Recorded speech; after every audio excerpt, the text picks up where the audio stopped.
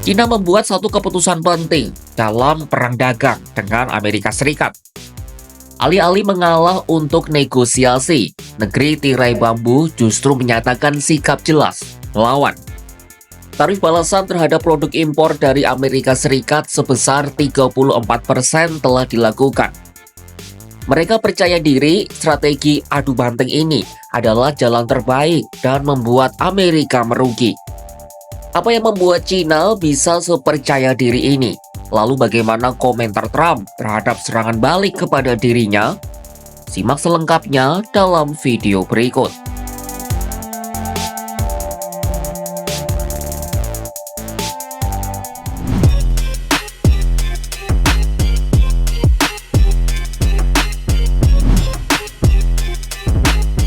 Perang dagang antara Amerika Serikat dengan China terus memanas.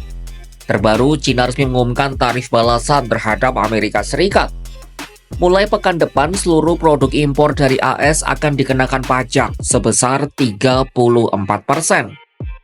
Ini merupakan langkah Beijing merespon kebijakan tarif yang diterapkan Presiden Amerika Serikat Donald Trump. Seorang analis keuangan China, Profesor Wang Wen, menyebut China tidak akan menyerah kepada Trump dalam masalah perang tarif, Sabtu 5 April 2025. Sebenarnya, Beijing berharap dapat bekerja sama dengan Amerika. Namun jika Washington memang ingin melakukan perang dagang, China siap membalas dengan keras. Because China will never yield to Trump on the issue of tariff war. And in the past 8 years, since Trump's first term, China has increasingly recognized the hegemonic imperialist nature of the US. And China has always hoped to cooperate with the US and is not willing to see the US as an enemy.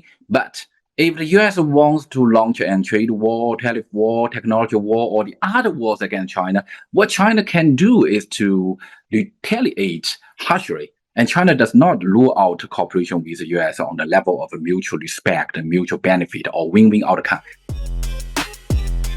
Wang juga menyebut China memiliki daya saing yang kuat dengan AS dan punya potensi untuk membuat Amerika rugi besar. Menurut Wang, produk China seperti baterai lithium dan mainan tetap dibutuhkan Amerika, meskipun dikenakan tarif hingga 54%.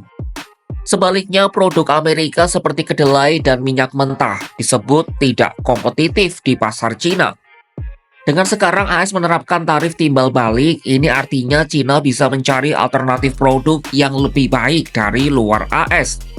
Jika hal itu terjadi, menurut Wang ini akan menjadi kerugian besar bagi eksportir kacang kedelai dan minyak mentah AS. China has a strong competitiveness in importing products to the US, such as linseed batteries and toys. Because 7 years ago, Trump 1.0 has increased the tariff on Chinese products by 20%. But US imports from China are still increasing. And in future, even with the current 54% tariff increase on many Chinese products, I think the US will still need to purchase from China. And on the other hand, on the contrary, in contrast, American products have little competitiveness in China, such as soybeans, crude oil, etc. So now China's imposition of reciprocal tariffs on the US, which means that China will seek better product alternatives, and also means losses for US soybean and crude oil exporters. Negara itu berusaha menempatkan diri sebagai pejuang perdagangan yang adil dan bertanggung jawab.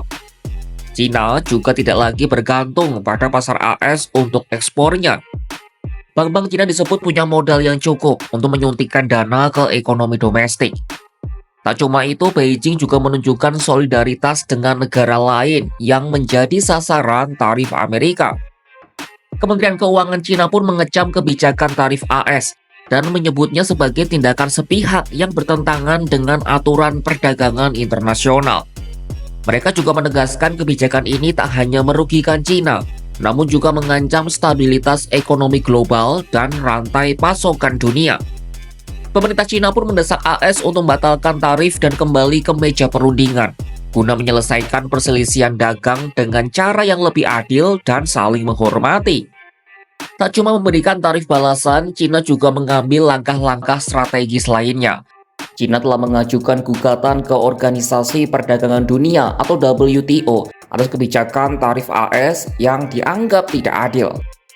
Cina juga memasukkan 11 perusahaan AS ke dalam daftar entitas yang tidak dapat diandalkan, yang melarang mereka berbisnis di Cina. Tak hanya itu, 16 perusahaan lainnya juga dimasukkan dalam daftar kontrol ekspor, batasi akses mereka terhadap sumber daya penting dari negeri tirai bambu. Lantas bagaimana Donald Trump menanggapi langkah agresif yang diambil oleh Cina?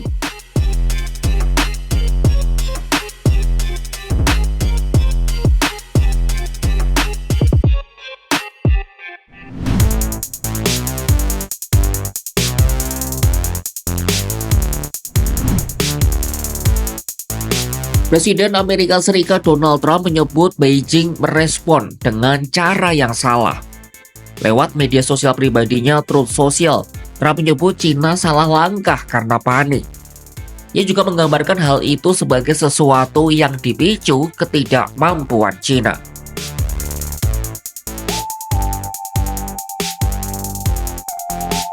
Cina menjadi salah satu negara yang terkena tarif timbal balik terbesar di antara negara lainnya. Penetapan tarif atas produk Cina jauh lebih tinggi dibanding Jepang, Uni Eropa, dan India. Sejumlah negara pun telah mengecam dan memprotes kebijakan Washington. Di lain sisi, Trump menyatakan kebijakan tarif itu dapat menghasilkan tambahan pajak tahunan AS. Kebijakan itu diharapkan dapat memerangi keadaan darurat ekonomi yang dinyatakan oleh Donald Trump.